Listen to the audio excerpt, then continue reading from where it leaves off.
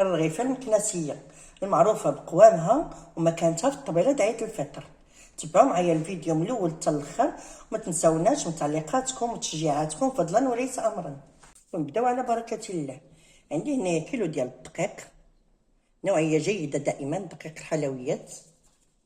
وعندي كاس ديال الجنجلان اللي طحنتو ونيلتو. عندي كاس ديال اللوز اللي حتى هو طحنتو. انا تنفضل ندير كلشي في العجين باش تكون عندي الرغيفه ديالي مقومه. وعندي هنا معلقه صغيره ديال القرفه. وعندي هنايا معلقه كبيره ديال حبه حلاوه والنافع والمسكه الحره. وعندي راس معلقه ديال الملح. وعندي جوج خمارات من فئه 8 غرام. عندي كيلو ديال الدقيق، نص كيلو تنديرو فيه خمار. كاس ديال الزبده والزيت اللي ذوبتهم. غادي نجمع هادشي وعاد غادي نكمل بقيه المكونات. بسم الله على بركه الله. والرغيفه تتكون مقومه، وانا غادي نفضل باش نديرها تكون في شكل متوسط، ما نديرهاش انا صغيره، والحجم تيبقى اختياري.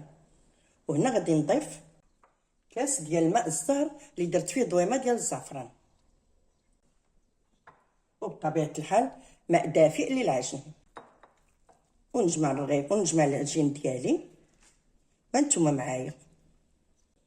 ومن بعد ما عجنت العجين ديالي ودلكتها، دابا غادي نغطيها باش ترتاح، باش تجيني الرغيفه ديالي مرقه وزوينه.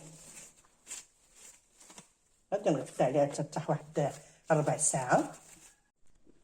ومن بعد ما ارتاحت العجين ديالنا، دابا غادي ندوزو باش نكوروه. هي تتكون على هذا الشكل هذا.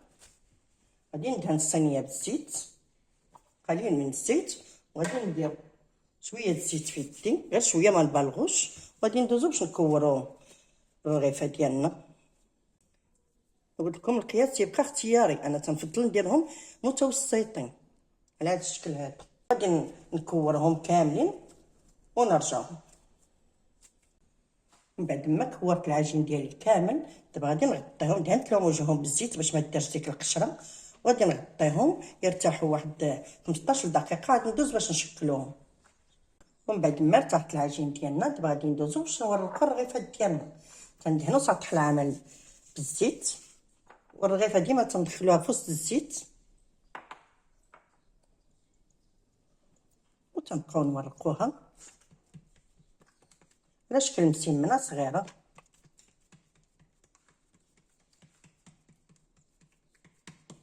تنحاولوا نطلقوا الجوانب باش ما تجيناش الرغيفه مدقصه. هانتوما معايا تتشوفوا الطريقه ديال التوراق والطريقه ديال العجينه وكلشي بارطاجيتو معاكم باش اي وحده تقدر دير الرغيفه في دارها. تركزوا دائما على الجوانب وتنطويو بهذا الشكل هذا. انتم لا لاحظتوا هي دي العجينه مرقه.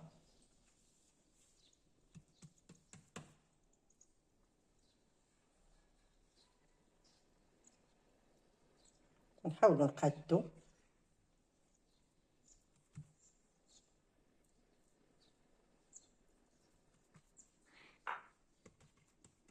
تنثبتوا هاد الجوانب هادو باش ما تتحلناش الرغيفه.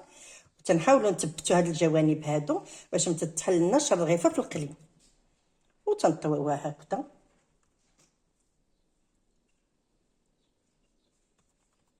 هاهي هادي تجينا على هاد الشكل هذا.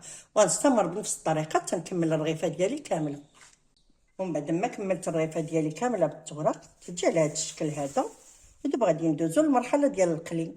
غادي نقليها ونطفيها في العسل. ودابا غادي نبداو في مرحله القلي. انا قرصت الرغيفه ديالي، هانتوما شوفوا السمك ديالها. كنقرصها غير شويه، ما تكونش غليظه وما تكونش رقيقه. والزيت راه سخونه كما تتشوفوا. دابا غادي نوضع الرغيفه وغادي نبقى نرمي عليها الزيت غير هكا على الوجه تتنفخ.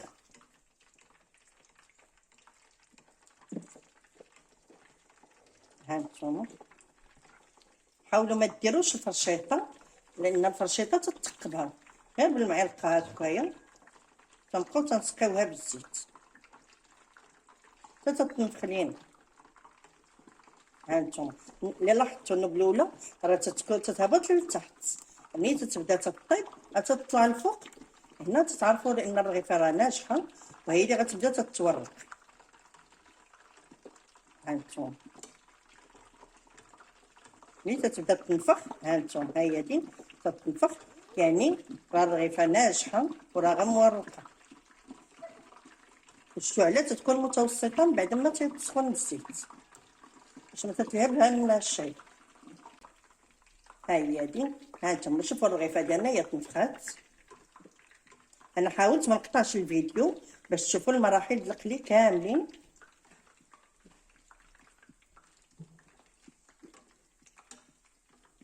ها انتم ونخليوها تتحمر عاد غادي نطفيوها في العسل ونحاولوا نخليو عندها ليها نحاولوا نخليو لها لون ذهبي باش ما تجيناش بحال محروقه.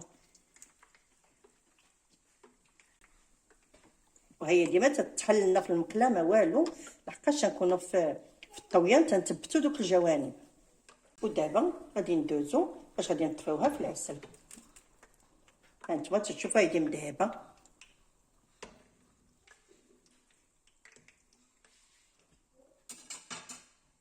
ها هي دابا غادي نطفيوها في العسل وغادي نديروا لها نفس الطريقه، غادي نسقيوها.